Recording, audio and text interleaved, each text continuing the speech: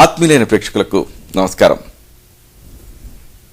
నా పేరు డాక్టర్ చిరుమామిళ్ళ మురళీ మనోహర్. ఆయుర్వేద సంహిత ఈ కార్యక్రమానికి మీకందరికీ స్వాగతం.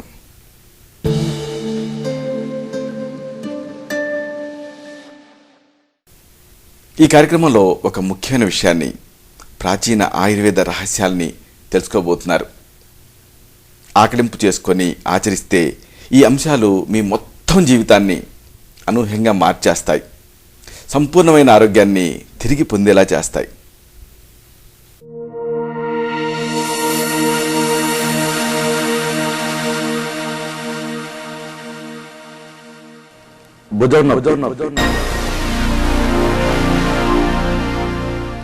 ఎంతో మందిని ఇబ్బంది పెట్టే ఈ సమస్య గురించి సమగ్రంగా తెలుసుకుందాం. శరీరం లోపల ఉండే అతి క్లిష్టమైన, అతి ముఖ్యమైన నిర్మాణాల్లో ఈ భుజం ఒకటి. మిగతా ఏ కీలు కదలని రీతిలో భుజం కదులుతుంది. ఏ ఇతర నిర్మాణము తిరగని భంగిమల్లో భుజం కదులుతుంది. అయితే ఇంత విస్తృతమైన కదలికల వల్ల ఈ భుజానికి సమస్యలు వచ్చే అవకాశం చాలా చాలా ఎక్కువ. ఈ భుజానికి విస్తృతమైన కదలికలు ఉంటాయి కాబట్టి వ్యాధులు కూడా, సమస్యలు కూడా వచ్చే అవకాశం ఉంటుంది. ఈ భుజంతో మనం అనేక పనులు చేస్తూ ఉంటాం. ఉదాహరణకు 2 చేతుల్ని తిన్నగా పైకెత్తుతూ ఉంటాం. ముందుకి తిన్నగా తెచ్చి ఒక చేతిని మరొక దాంతో కలుపుతూ ఉంటాం. చేతుల్ని పక్కలకి చాస్తూ ఉంటాం. అలాగే చేతి హస్తంతో వీపుని చేరుకుంటూ ఉంటాం.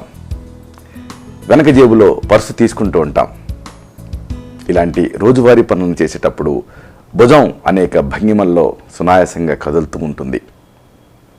అయితే ఈ భుజం లోపల ఉండేటటువంటి అంతర్గత నిర్మాణాల్లో సమస్య చోటు చేసుకుందనుకోండి, అప్పుడు ఈ భంగిమలు సమస్యాత్మకంగా తయారవుతాయి.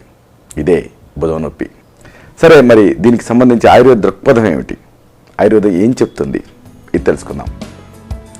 ఆయుర్వేదంలో భుజం నొప్పిని అంశశోష అంటారు.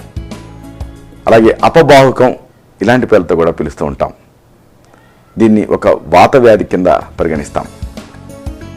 ఈ వ్యాధిలో వాతహర ఔషధాలని స్నేహనం, స్వేదనం, వస్తికర్మ ఇలాంటి పంచకర్మ చికిత్సా పద్ధతుల్ని ప్రయోగించడం జరుగుతుంది.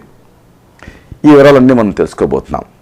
అయితే తెలుసుకోబోయే ముందు భుజం నొప్పికి సంబంధించి ప్రాథమిక సమాచారం తెలుసుకుందాం. భుజం నొప్పిని కలిగించే రకరకాల వ్యాధి స్థితులు ఉంటాయి. వీటి మీద అవగాహన ఉండాలి మీకు. ఇలాంటి ఈ భుజం నొప్పిని కలిగించే అంశాల్లో సాధారణమైనటువంటి కారణాలను వరుసగా తెలుసుకుందాం. 1, రొటేటర్ కఫ్కి సంబంధించిన సమస్యలు ఉండటం. 2, అడ్హెసివ్ క్యాప్సులైటిస్. 3, యాక్రోమియో క్లావిక్యులార్ కీలు దెబ్బతింటం. 4, impingement syndrome. 5, acromioclavicular joint వైదొలగటం. 6, బైసెప్స్ కండరం చిరుగుపోవటం. 7, బైసెప్స్ టెండాన్ వ్యాధిగ్రస్తం కావటం. 8, భుజం టెండాన్లలో కాల్షియం స్ఫటికాలు తయారవటం, కాల్సిఫిక్ టెండినైటిస్. 9, లాబ్రల్ టియర్ సంభవించటం. 10, షోల్డర్ ఇన్స్టెబిలిటీ సంభవించటం. 11, స్నాపింగ్ స్కాపులా సిండ్రోమ్. 12, స్టెర్నోక్లావిక్యులర్ జాయింట్లు వ్యాధిగ్రస్తం కావటం. 13, థొరాసిక్ అవుట్లెట్ మూసుకుపోవటం. ఇలాంటి అనేక సమస్యల వల్ల భుజం నొప్పి వస్తుంది. వీటిలో రొటేటర్ కఫ్ సమస్యలు, అడ్హెసివ్ క్యాప్సులైటిస్ అనేవి ముఖ్యమైన స్థితులు. వీటి గురించి మనం వివరంగా తెలుసుకోబోతున్నాం. 1, రొటేటర్ కఫ్ సమస్యలు. రొటేటర్ కఫ్ అనేది భుజం లోపల ఉండేటటువంటి కొన్ని కండరాల, కొన్ని టెండాన్ల సముదాయం. అంటే టెండాన్ అంటే కండర పోగులతో తయారైన తాళ్ళు. ఇది భుజాన్ని తిప్పటానికి సహాయపడుతూ ఉంటుంది ఈ రొటేటర్ కఫ్ అనేది. రొటేటర్ అంటే ఏంటంటే తిప్పటం. భుజం లోపల ఉండేటువంటి కణజాలం వ్యాధిగ్రస్తమైనప్పుడు కానీ లేదా దెబ్బతిన్నప్పుడు కానీ ఈ రొటేటర్ కఫ్ సమస్యలు వస్తూ ఉంటాయి. వీటిలో ముఖ్యమైనవి ఏమిటి అంటే, 1, టెండాన్లలో ఇన్ఫ్లమేషన్ చోటు చేసుకోవటం మూలాన టెండినైటిస్ ప్రాప్తించటం, లేదా బర్సా వ్యాధిగ్రస్తం కావటం మూలాన బర్సైటిస్ అనేది ఏర్పడటం. బర్సైటిస్ అంటే అసలు బర్స అంటే ఏంటంటే భుజంలో టెండాన్లకి ఎముకలకి మధ్య ఒరిపిడిని తగ్గించడం కోసం దిండులాగా పనిచేసే ద్రవంతో నిండిన సంచులు ఉంటూ ఉంటాయి. వీటిని బర్స అంటారు. వీటికి వచ్చే ఇన్ఫ్లమేషన్ బర్సైటిస్. ఇక 2, భుజం లోపల ఉండేటువంటి టెండాన్ మెలికపడి ఎముక మీద రాపిడి కలిగించినప్పుడు ఇంపింజ్మెంట్ అంటాం. దీన్ని కూడా ఈ రొటేటర్ కఫ్ సమస్యగానే పరిగణిస్తాం. ఇక 3, భుజం లోపల ఉండేటువంటి టెండాన్లలో కాల్షియం పెరిగిపోయినప్పుడు నొప్పితో కూడిన క్యాల్సిఫిక్ టెండినైటిస్ కలుగుతూ ఉండటం. ఇక 4, రొటేటర్ టెండాన్లు పాక్షికంగా కానీ లేదా పూర్తిగా కానీ చిరిగిపోయినప్పుడు భుజ నొప్పి కలుగుతూ ఉంటుంది. సరే, ఈ రొటేటర్ కఫ్కి సంబంధించిన సమగ్ర సమాచారం తెలుసుకోబోయే ముందు అసలు ఈ భుజం నిర్మాణ రచన తెలుసుకోవాలి. భుజం జాయింట్లో 3 ప్రధానమైనటువంటి ఎముకలు ఉంటాయి. పై చేయి లోపల ఉండేటువంటి ఎముకని భుజాస్థి అంటాం. ఇంగ్లీష్లో హ్యూమరస్ అని పేరు. ఇక కాలర్ ఎముకని క్లావికిల్ అంటాం. ఇక భుజం వెనకుండేటటువంటి రెక్క ఎముకని భుజ ఫలకం అంటాం. ఇంగ్లీష్లో స్కాపులా అని పేరు. కండరాళ్ళు, టెండాన్లు, లిగమెంట్లు అంటే ఎముకల్ని పరస్పరం కలిపేటటువంటి తాడు లాంటి నిర్మాణాలు. ఇవన్నీ కలిసికట్టుగా పనిచేస్తూ ఎముకల్ని స్వస్థానంలో ఉంచుతాయి. ముఖ్యంగా రొటేటర్ కఫ్ సముదాయం భుజాస్థిని భుజ ఫలకంలో పెట్టేటువంటి గిన్నెలో అంటే ఈ సాకెట్లో ఉంచడమే కాకుండా చెయ్యిని పైకెత్తడానికి, మెలికి తిప్పడానికి సహాయపడుతుంటుంది. భుజం లోపల ఉండేటువంటి ప్రధానమైనటువంటి కీలుని బంతి గిన్నె కీలు అంటాం. భుజాస్థి తాలూకు బంతి భుజ ఫలకం లోపల ఉండేటువంటి గిన్నెలో అమరు ఉంటుంది. భుజ ఫలకం లోపల ఉండేటువంటి గిన్నెకి అంతగా లోతు అనేది ఉండదు. ఇలా లోతు తక్కువగా ఉండబట్టే చెయ్యిని విభిన్న కోణాల్లో రకరకాల భంగిమల్లో తిప్పడానికి సాధ్యం అవుతుంది. ఈ నేపథ్యంలో రొటేటర్ కఫ్ తాలూకు కండరాలు, టెండాన్లు భుజం కీలుని సక్రమంగా ఉంచడానికి విపరీతంగా శ్రమిస్తూ ఉంటాయి. దీని ఫలితంగా భుజం లోపల నిర్మాణాలకి తేలిగ్గా హాని జరిగేటటువంటి అవకాశం ఉంటుంది. అలాగే భుజం కీలు మీద ఎక్కువగా ఒత్తిడి పడి దెబ్బతినే అవకాశం కూడా ఉంటుంది. సరే, ఈ రొటేటర్ కఫ్ సమస్య తాలూకు 2 ప్రధాన రూపాలు ఉంటాయి. ఈ మేనిఫెస్టేషన్ తెలుసుకుందాం. ఒకటి సాధారణంగా జరిగే అరుగుదల. నిత్య జీవితంలో అనేక వేల గంటలు భుజాన్ని కదిలిస్తూ ఉంటాం, తిప్పుతూ ఉంటాం. ఇలా కదిలించటం, తిప్పటం ఇలాంటివి చేయటం మూలంగా సహజంగా అన్ని ఇతర కీళ్ళ లోపల ఉండేటువంటి నిర్మాణాలు బలహీనమైనట్లుగానే రొటేటర్ కఫ్ కూడా బలహీనపడుతుంది. వయసు వచ్చే కొద్దీ టెండాన్ల లావు తగ్గి ఈ టెండాన్లు సన్నగా బలహీనంగా తయారవుతాయి. అలాగే రక్త సరఫరా కూడా తగ్గుతుంది. ఇక 2వ రకం మేనిఫెస్టేషన్ అధిక వినిమయం వల్ల చోటు చేసుకునే మార్పు. అంటే చెయ్యిని బాగా పైకెత్తి ఉంచాల్సి రావటం వల్ల కానీ, తల కంటే ఎక్కువ ఎత్తులో పనిచేసే పనుల వల్ల కానీ, రకరకాల క్రీడల వల్ల కానీ భుజం లోపల ఉండేటువంటి రొటేటర్ సముదాయం బలహీనపడుతుంది, భుజం నొప్పి వస్తుంది. సాధారణంగా టెన్నిస్ ఆడే వాళ్ళలో ఇలా జరుగుతూ ఉంటుంది. అలాగే ఈత కొట్టే వాళ్ళలో జరుగుతూ ఉంటుంది. అలాగే గోడలకి, పైకప్పుకి రంగు వేయటం లాంటి పనులు చేసే వాళ్ళలో కూడా ఇలా జరుగుతూ ఉంటుంది. చాలా సందర్భాల్లో రోజువారీగా చేసే చిన్నపాటి పనులని కొన్ని వందల వేల సార్లు పదే పదే చేయటం వల్ల కూడా ఈ సమస్య వస్తూ ఉంటుంది. ఈ 2 కారణాల వల్ల ఇంపింజ్మెంట్ అనేది ఏర్పడుతుంది. దీంతో టెండాన్ ఒరుసుకుపోతుంది. ఒరుసుకుపోయి ఎముక మీద రాపిడి అనేది కలుగుతుంది. ఇలా రాపిడి కలగడం వల్ల ఏం జరుగుతుంది? దీని పర్యవసానంగా టెండాన్ లోపల రక్తనాళాలు దెబ్బతింటాయి. దెబ్బతిని అంతర్గతంగా రక్తస్రావం కూడా కావచ్చు, లేదా వాపు ఏర్పడవచ్చు. సమయం గడిచే కొద్దీ భుజం లోపల ఉండేటువంటి దెబ్బతిన్న కణజాలాన్ని గట్టి నార్లాంటి స్కార్ టిష్యూ భర్తీ చేస్తుంది. ఈ స్కార్ టిష్యూ ఏర్పడుతుంది కాబట్టి దీంతో భుజం లోపల పట్టుకుపోవటం, నొప్పిగా అనిపించి కదలికలు తగ్గిపోవటం ఇలాంటివన్నీ కూడా జరుగుతాయి.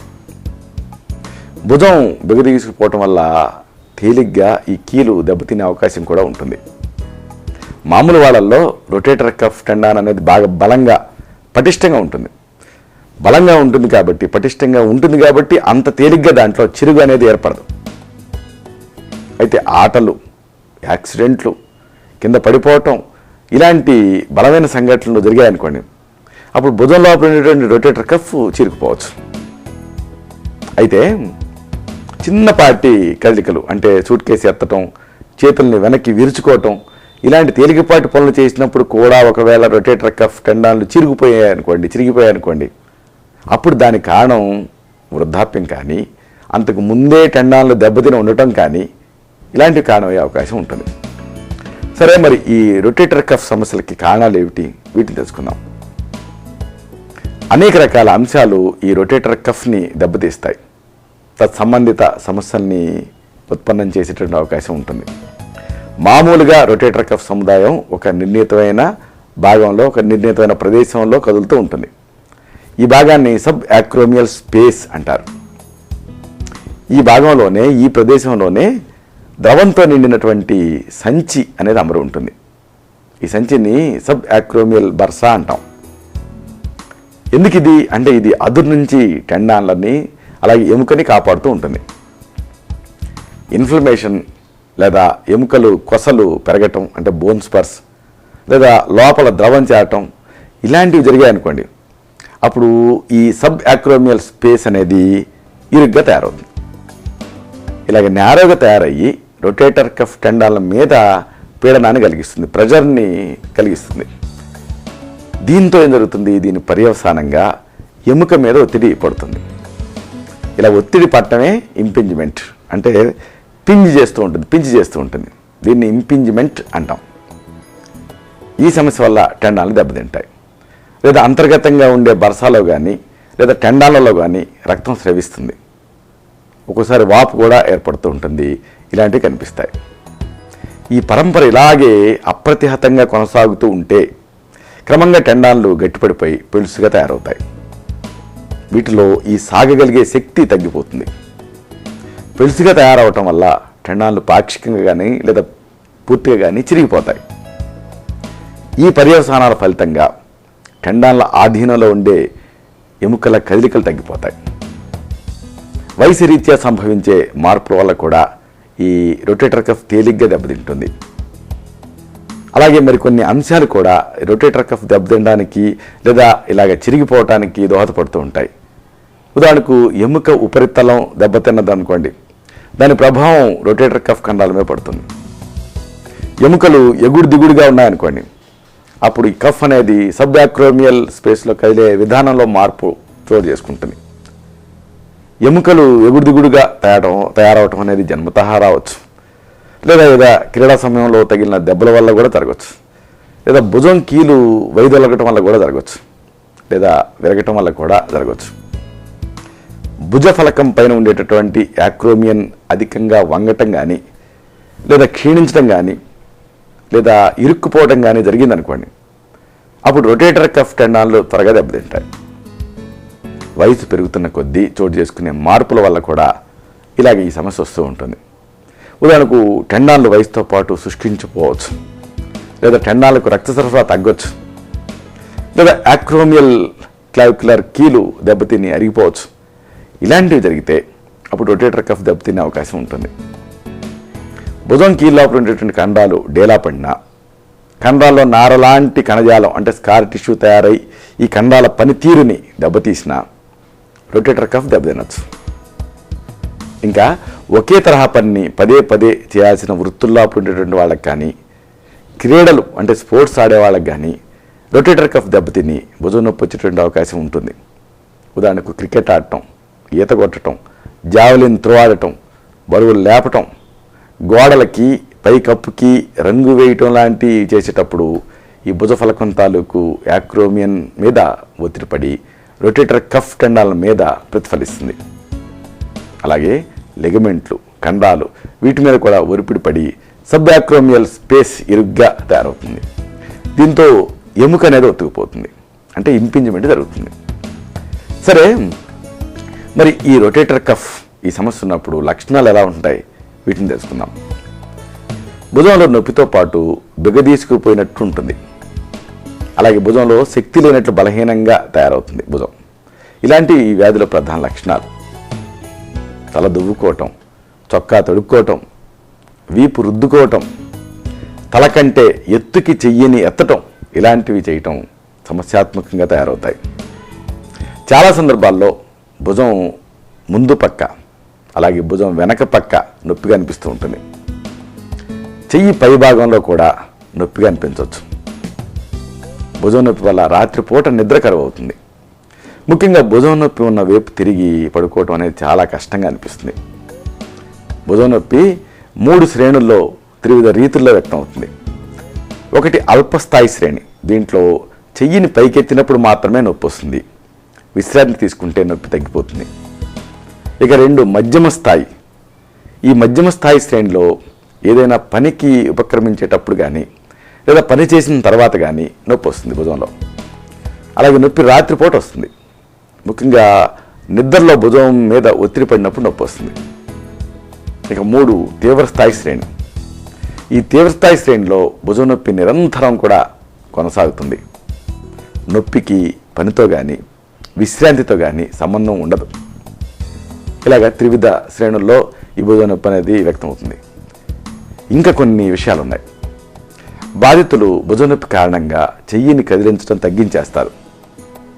దీంతో కండరాలు బెగదీసుకుపోయి సమస్య మరింత జటిలంగా తయారవుతుంది. పైనుంచి వ్యాయామం ఉండదు కదా, వ్యాయామం తగ్గటం మూలాన క్రమంగా భుజానికి ఆసరా ఇచ్చే కండరాల్లో పట్టు తగ్గిపోయి బలహీనంగా తయారవుతాయి ఈ కండరాలు.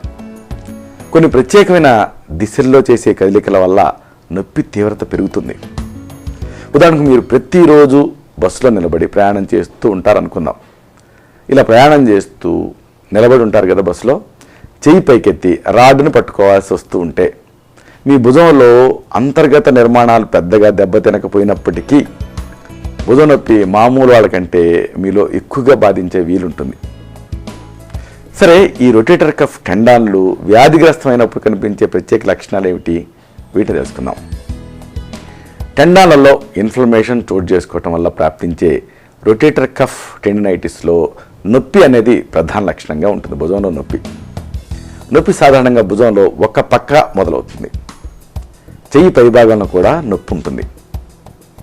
భుజంలో కానీ చెయ్యిలో కానీ బలహీనత కనిపించకపోయినప్పటికీ వాటిని వాడటానికి ప్రయత్నం చేసినప్పుడు మాత్రం నొప్పి కనిపిస్తుంది.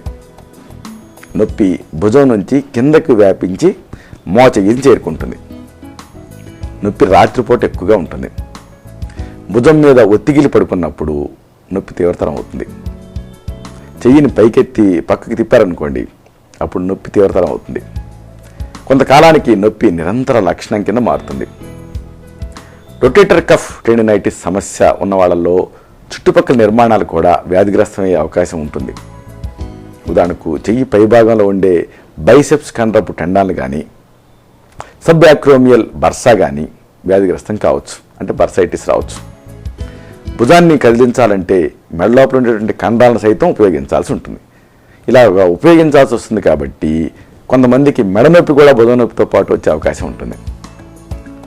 ఇక రొటేటర్ కఫ్ చిరిగిపోయినప్పుడు కొన్ని ప్రత్యేకమైన లక్షణాలు కనిపిస్తాయి. అవి ఏమిటంటే, కొంత బలాన్ని ఉపయోగిస్తూ చెయ్యిని కదిలించేటప్పుడు నొప్పి వస్తుంది. ఇలా నొప్పి రావటం అనేది రొటేటర్ కఫ్ టియర్ ప్రధాన లక్షణం. ఈ తరహా సమస్య ఉన్న వాళ్ళకి భుజం బలహీనంగా తయారవుతుంది. భుజం బెగదీసుకుపోవటంతో పాటు కదిలిక కూడా తగ్గిపోతుంది. ఇవి పాక్షికంగా రొటేటర్ కఫ్ చిరిగినప్పుడు కనిపించే లక్షణాలు. ఇక హఠాత్తుగా తీవ్రంగా ఒకవేళ రొటేటర్ కఫ్ చిరిగిందనుకోండి, అప్పుడు మరికొన్ని ప్రత్యేకమైన లక్షణాలు కనిపిస్తాయి.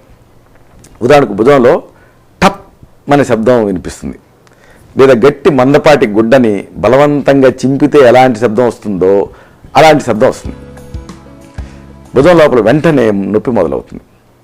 చెయ్యిని పైకెత్తాలన్నా వర్తులాకారంలో తిప్పాలన్నా బలహీనంగా శక్తి చాలనట్టుగా అనిపిస్తుంది. కదిలికలు కూడా బాగా తగ్గిపోతాయి. భుజాన్ని కదిలించినప్పుడల్లా కూడా క్లిక్ వంటి శబ్దాలు వినిపిస్తూ ఉంటాయి.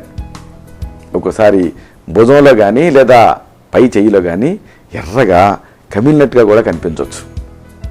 అయితే కొంతమంది వ్యక్తులలో, ముఖ్యంగా అచేతనమైన జీవితం కలిగినటువంటి వయసు మళ్ళిన వాళ్ళల్లో ఏ లక్షణము కనిపించకుండానే రొటేటర్ కఫ్ చిరిగిపోవచ్చు.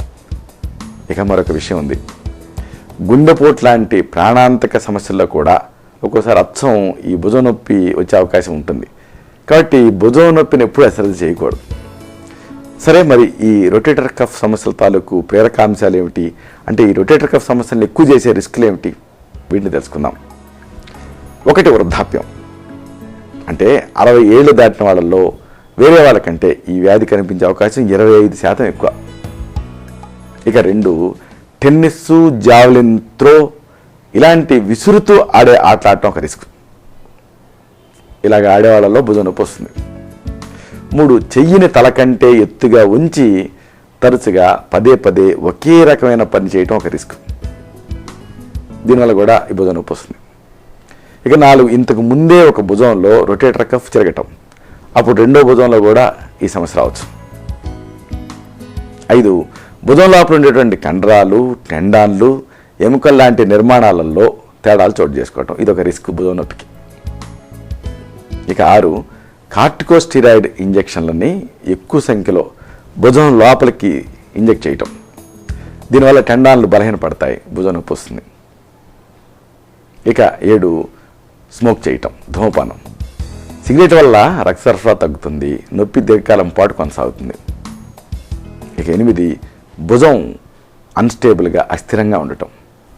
ఇవన్నీ రిస్కులు. ఇదంతా రొటేటర్ కఫ్కి సంబంధించి. మరి రెండో తరహా సమస్యలు కూడా భుజం నొప్పిని కలిగిస్తాయి అనుకున్నాం కదా, అంటే అడ్హెసివ్ క్యాప్సులైటిస్. దీని గురించి వివరంగా తెలుసుకుందాం. భుజం నొప్పికి మరొక ప్రధానమైనటువంటి కారణం ఏమిటంటే ఈ అడ్హెసివ్ క్యాప్సులైటిస్. అడ్హెషన్ అంటే అతుక్కోవటం కదా, అంటే భుజం అతుక్కుపోయినట్టుగా తయారవుతుంది. దీనికి ఫ్రోజన్ షోల్డర్ అని పేరు, అంటే ఫ్రీజ్ అయిపోతుంది. అలాగే భుజం చుట్టూ నొప్పి ఉంటుంది కాబట్టి పెరి ఆర్థరైటిస్ అని మరొక పేరుంది. అలాగే పెరి క్యాప్సులైటిస్ అని మరొక పేరుంది. అలాగే అబ్లిటరేటివ్ బర్సైటిస్ అని మరొక పేరుంది. ఇవన్నీ ఈ ఫ్రోజన్ షోల్డర్ తాలూకు వివిధ పేర్లు. ఇవన్నీ కూడా ఈ వ్యాధి విధానాన్ని తెలియజేస్తాయి. ఈ సమస్య అనేక వ్యాధులలో ఒక అనుబంధ లక్షణం కింద కనిపిస్తుంది. ఉదాహరణకు మధుమేహం అంటే షుగర్ వ్యాధి, అలాగే థైరాయిడ్ సమస్యలు, అలాగే భుజానికి దెబ్బలు తగలటం, అలాగే రొమటైడ్ ఆర్థరైటిస్, ఊపిరితిత్తుల క్యాన్సర్, ఊపిరితిత్తుల క్షయ, దీర్ఘకాలపు ఊపిరితిత్తుల వ్యాధులు, గుండెపోటు, పక్షవాతం, ముఖ్యంగా సెరిబ్రోవాస్కులర్ యాక్సిడెంట్, అలాగే సర్వైకల్ రెడిక్యులైటిస్, ఇలాంటి ఈ వ్యాధులలో ఈ అడ్హెసివ్ క్యాప్సులైటిస్ లేదా ఈ ఫ్రోజన్ షోల్డర్ అనేది చాలా సర్వసాధారణంగా కనిపిస్తూ ఉంటుంది ప్యారలల్గా. ఈ ఫ్రోజన్ షోల్డర్లో అడ్హెసివ్ క్యాప్సులైటిస్లో ప్రధానంగా 3 దశలు ఉంటాయి. ఒకటి ఏంటంటే నొప్పిని కలిగించే దశ. మొదట్లో భుజంలో కొద్దిగా నొప్పి ఉంటుంది, అలాగే బిగదీసుకుపోయినట్లు ఉంటుంది. తర్వాత తీవ్రమైన నొప్పి మొదలవుతుంది. ఈ దశ 3 నుంచి 8 నెలలు ఉంటుంది. ఇక రెండవది అతుక్కుపోయినట్టుండే దశ. ఈ రెండో దశలో నిజానికి మొదటి దశలో ఉన్నంత నొప్పి ఉండదు. అయితే నొప్పి లేకపోయినప్పటికీ కదలికలు బాగా మరింతగా తగ్గిపోతాయి. పోను కదలికలు పూర్తిగా తగ్గి భుజం అనేది బిగదీసుకుపోతుంది. అందుకే ఫ్రీజ్ అయిపోతుంది ఫ్రోజన్ షోల్డర్. ఈ దశ అనేది సాధారణంగా 4 నుంచి 6 నెలలు కొనసాగుతుంది. ఇక మూడోది ఉపశమన దశ. ఇది చివరి దశ.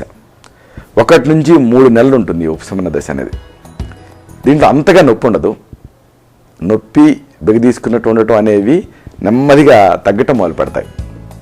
నెమ్మదిగా కదలికలు తిరిగి వచ్చేస్తాయి. అయితే కొద్దో గొప్ప నొప్పి కొనసాగుతూనే ఉంటుంది.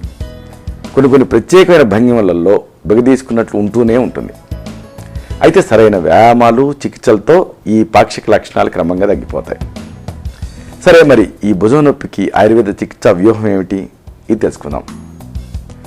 భుజం నొప్పిని, వాపుని తగ్గించడం ఆయుర్వేద చికిత్స ముఖ్య ఉద్దేశం. భుజంలో కోల్పోయిన కండర శక్తిని తిరిగి పెంపొందింపజేయటం, అలాగే కదలికల్ని మెరుగుపరచడం, అలాగే భుజం పనితీరుని పెంపొందించడం, ఇవన్నీ చికిత్సలో కీలకమైన అంశాలు. సరైన సమయంలో చికిత్స స్టార్ట్ చేసామనుకోండి, మున్ముందు కీలులో మరింతగా నష్టం జరగకుండా అడ్డుకోవచ్చు. ఇంకా దీనికి సంబంధించి కొన్ని అంశాలు ఉన్నాయి చికిత్సా వ్యూహానికి సంబంధించి. భుజం నొప్పి ఉన్నప్పుడు ఆహారం తర్వాత మహాకళ్యాణక ఘృతం అనే మందుని ప్రయోగించడం జరుగుతుంది. దీన్ని ఆభ్యంతరంగా తీసుకోవాల్సి ఉంటుంది. అలాగే దీంట్లో రూక్ష స్వేదం అంటే ఇసుకని కానీ ఉప్పుని కానీ వేడి చేసి కాపడం పెట్టడం అనేది కూడా ఒక ప్రధానమైనటువంటి చికిత్సా ప్రక్రియ.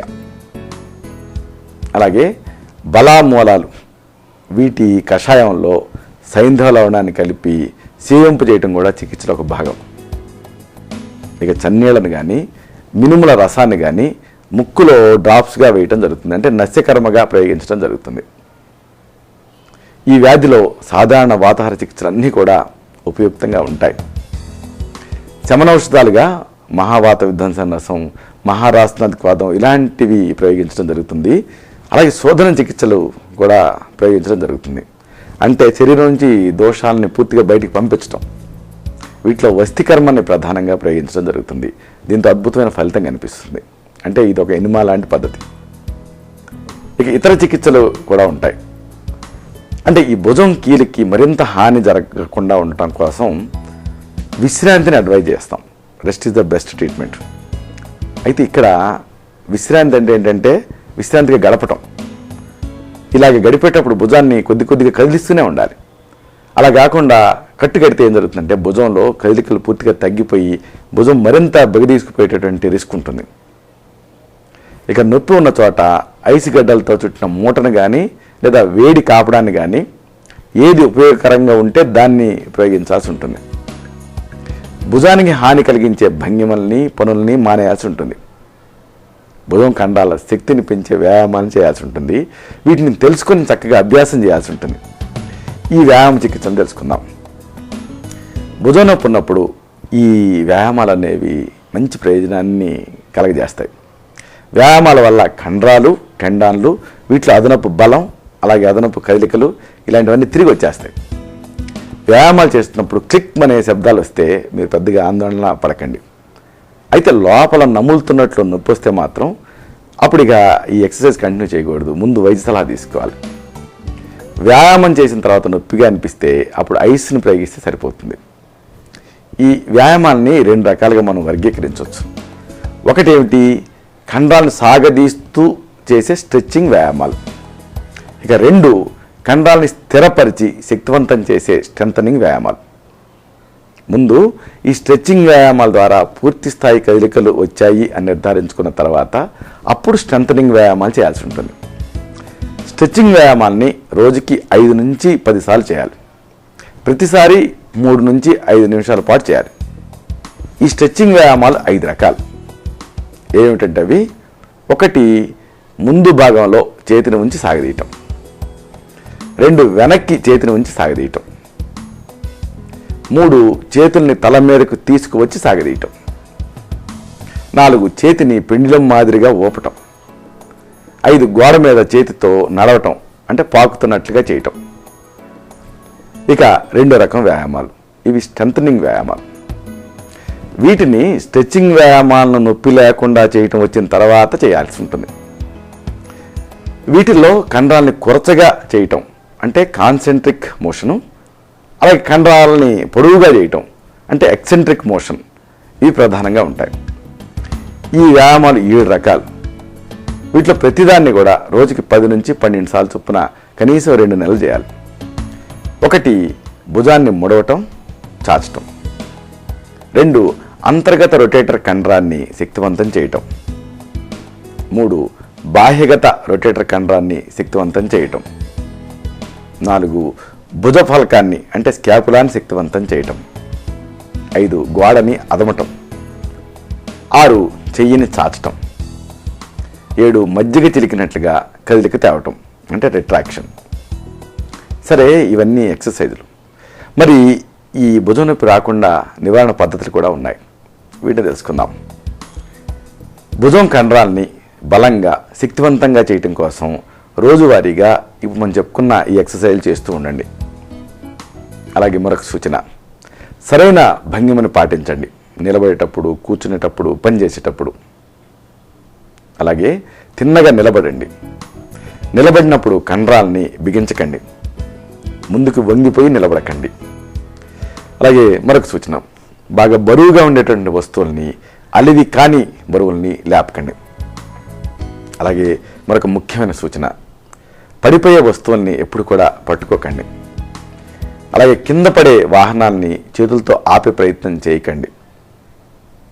అలాగే మరొక విషయం, కింద పడిపోయి దెబ్బలు తగిలించుకునే ఆస్కారం ఉండేటటువంటి క్రీడల్ని ఆడకండి. అలాగే మరొక ముఖ్యమైన విషయం, చేతుల్ని తల కంటే ఎత్తులో ఉంచి పని చేయకండి. పైకప్పుకి రంగు వేయటం ఇలాంటివి చేయటం తప్పలేదనుకోండి, ఇలాంటివి చేయాల్సి వస్తే తరచుగా ప్రతి అరగంట పనికి 5 నిమిషాలు విశ్రాంతి తీసుకుంటూ ఉండండి. అవసరమైతే భుజంలో నొప్పిగా ఉంటే ఐస్ క్యూబ్స్ చుట్టిన మూటని నొప్పిగా ఉండే చోట ప్రయోగించండి. ఇక ఈ భుజం నొప్పి నుంచి మీకు రిలీఫ్ రావాలంటే కొన్ని ఉపశమన పద్ధతులు ఉన్నాయి, సూచనలు ఉన్నాయి. వీటిని కూడా తెలుసుకుందాం. 1, ముందుగా దెబ్బతిన్న భుజానికి పూర్తిగా 2-3 రోజుల నుంచి వారం రోజుల వరకు కూడా పూర్తిగా విశ్రాంతి కల్పించండి. Rest is the best treatment. అయితే ఇక్కడ ఒక మాట, విశ్రాంతి సమయంలో భుజానికి చేతికి బ్యాండేజీ కట్టడం, స్లింగ్ అమర్చడం ఇలాంటివి చేయకండి. భుజాన్ని చేతిని పూర్తిగా కదలనివ్వకుండా ఉంచకండి. అలా ఉంచారనుకోండి, అంటే ఇమ్మొబిలైజ్ చేశారనుకోండి, అప్పుడు భుజం మరింతగా బిగుదీసుకుపోయే రిస్క్ ఉంటుంది. అలాగే మరొక విషయం, భుజాన్ని అన్ని భంగిమల్లో మెల్లమెల్లగా తిప్పే ప్రయత్నం చేయండి. ఒకేసారి కాకపోయినప్పటికీ రోజు మొత్తం మీద ఇలాగా తిప్పే ప్రయత్నం చేస్తూ ఉండండి, డివైడెడ్గా. అలాగే మరొక విషయం, భుజం నొప్పిని ఎక్కువ చేసే పనులన్నీ మానేయండి. అంటే చేతులతో బరువుల్ని మోయకండి, క్యారీ బ్యాగ్స్ పట్టుకోకండి, ఇలాంటివి చేయకండి. అలాగే మరొక విషయం, ఐస్ ప్రయోగం, వేడి కాపడాలు ఇవి ఉపయోగపడతాయి. అయితే ఇక్కడ ఒక ముఖ్యమైన విషయం ఉంది. వీటి ఫలితం ఒక్కొక్కరిలో ఒక్కొక్క మాదిరిగా ఉంటుంది. ఉదాహరణకు వేడి కాపడం వల్ల కొంతమందిలో మొదట్లో ఉపశమనం ఉంటుంది. అయితే 1 నుంచి 2 గంటలు గడిచిన తర్వాత నొప్పి కానీ బిగదీసుకుపోవటం కానీ ఇవి మరింతగా పెరిగే అవకాశం ఉంటుంది. హఠాత్తుగా దెబ్బ తగినటువంటి సందర్భాలలో మొదట 48 గంటలలో వేడి కాపడం పెట్టకపోవటం మంచిది. మరి ఏం చేయాలి అంటే, దెబ్బ తగిలిన వెంటనే నొప్పి వాపు ఇలాంటివి తగ్గించడం ముఖ్యం. దీనికోసం మీరు ఐస్ ప్రయోగం చేయొచ్చు, అంటే ఐస్ని ఉపయోగించవచ్చు. మొదట 48 గంటలలో ఈ ఐస్ ప్రయోగం వల్ల మంచి ఫలితం ఉంటుంది. అయితే ఐస్ని ఎలా ప్రయోగించాలి? దీనికి ఒక పద్ధతి ఉంది. ఐస్ని నేరుగా చర్మం మీద ప్రయోగించారనుకోండి, చర్మానికి హాని జరిగే రిస్క్ ఉంటుంది. కాబట్టి ముందు ఒక గుడ్డని చర్మం మీద పరవండి, పరిచిన తర్వాత దాని మీద ఐస్ని ప్రయోగించండి. దీని రోజుకి 2 నుంచి 3 సార్లు, ప్రతిసారి కూడా 20 నిమిషాల చొప్పున ప్రయోగిస్తూ ఉండొచ్చు ఐస్ని. వ్యాయామం తర్వాత ఒకవేళ ఐస్ని ప్రయోగిస్తే అప్పుడు ఈ వాపు రాకుండా ఉంటుంది. ఇక మరొక విషయం, భుజం నొప్పి మొదలైన తర్వాత 2 నుంచి 3 రోజుల తర్వాత వేడి కాపడం పెడుతూ భుజాన్ని కదిలించే ప్రయత్నం చేయండి. దీనికి ఒక పద్ధతి ఉంది. బాగా వేడిగా ఉండే నీళ్ళల్లో ఒక మెత్తటి టవల్ని ముంచండి, నీళ్ళను పిండేయండి. ఇప్పుడు ఈ టవల్ని 20 సెంటీమీటర్ల వెడల్పుతో నలుచదరంగా మడత పెట్టండి, భుజం మీద ఉంచండి. ఇప్పుడు చేతిని పెండిలం మాదిరిగా ముందుకి వెనక్కి ఓపండి. ఇదే వ్యాయామాన్ని మీరు వేడి నీళ్ళ షవర్ కింద నిలబడి కూడా చేయొచ్చు. ఈ వేడి ప్రయోగం వల్ల రక్త సరఫరా పెరుగుతుంది, కండరాల్లో దిగువ అనేది తగ్గుతుంది. దీంతో పాటు మెల్లమెల్లగా చేతిని కదల్చడం, తిప్పటం ఇలాంటివి చేస్తే ఇన్ఫ్లమేషన్ రాకుండా ఉంటుంది. అంటే వాపు, నొప్పి, ఎరుపుదనం ఇలాంటివి తగ్గుతాయి. ఇక ఈ భుజం నొప్పికి చక్కని ఆయుర్వేద ఔషధాలు ఉన్నాయి, వీటిని తెలుసుకుందాం. భుజం నొప్పి చాలా మొండి వ్యాధి. అయితే దీనికంటే శక్తివంతంగా పనిచేసే చక్కని ఆయుర్వేద ఔషధాలు ఉన్నాయి. వాత చింతామణి రస, మహాయోగరాజు గుగ్గులు, మహారాస్నాది క్వాథం, మహానారాయణ తైలం ఇవి కొన్ని ముఖ్యమైన ఔషధాలు. అయితే ఇవి పనిచేసే తీరు ఒక్కొక్కళ్ళలో ఒక రకంగా ఉంటుంది. ఎందుకంటే మనందరం ఒకే రకంగా ఉండం. శారీరక మానసిక తత్వాన్ని బట్టి మనలో తేడాలు ఉంటాయి. కాబట్టి ముందు మీ నాడిని చూడాలి, మీ ప్రకృతిని తెలుసుకోవాలి. అలాగే ఈ భుజం నొప్పి ఏ స్థాయిలో ఉంది, మీ శక్తి ఏమిటి, ఇలాంటివన్నీ బేరీజ్ వేయాలి. ఇతర వ్యాధుల ప్రభావం ఏ మేరకు ఉంది అనే చూడాలి. ఆ తర్వాత ఈ ఔషధాల్లో మీకు సరిపోయే ఔషధాలని తగిన పశ్చాపత్యాలతో, సరైన అనుపాన సహపానాలతో, సరైన మోతాదుని, నిర్ణీతమైన కాల వ్యవధిని నిర్ణయించి సూచించడం జరుగుతుంది. కాబట్టి మీ మొత్తం మెడికల్ రికార్డ్స్తో, పూర్తి అన్ని వివరాలతో వచ్చి కలవాల్సి ఉంటుంది. ఇలా ఈ భుజం నొప్పి అనే సమస్యని, దానివల్ల వచ్చేటటువంటి ఇక్కట్లని సంపూర్ణంగా, సునాయాసంగా, నిశ్శేషంగా, నిస్సంశయంగా జయించవచ్చు.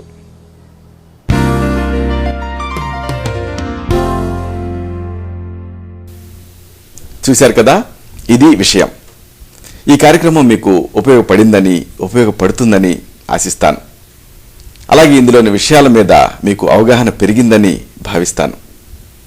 దీనిలోని విషయాలు నలుగురికి చేరేలాగా, 10 మందికి ఉపయోగపడేలా మీ వంతు సహాయం మీరు చేయండి.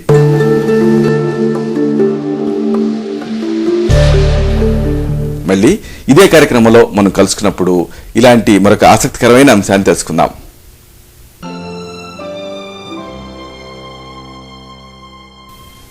శతం జీవ శరదో వర్ధమానః, శతం హేమంతాన్ శతం వసంతాన్.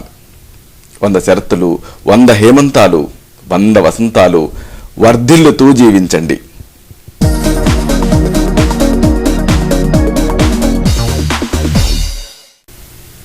శుభం.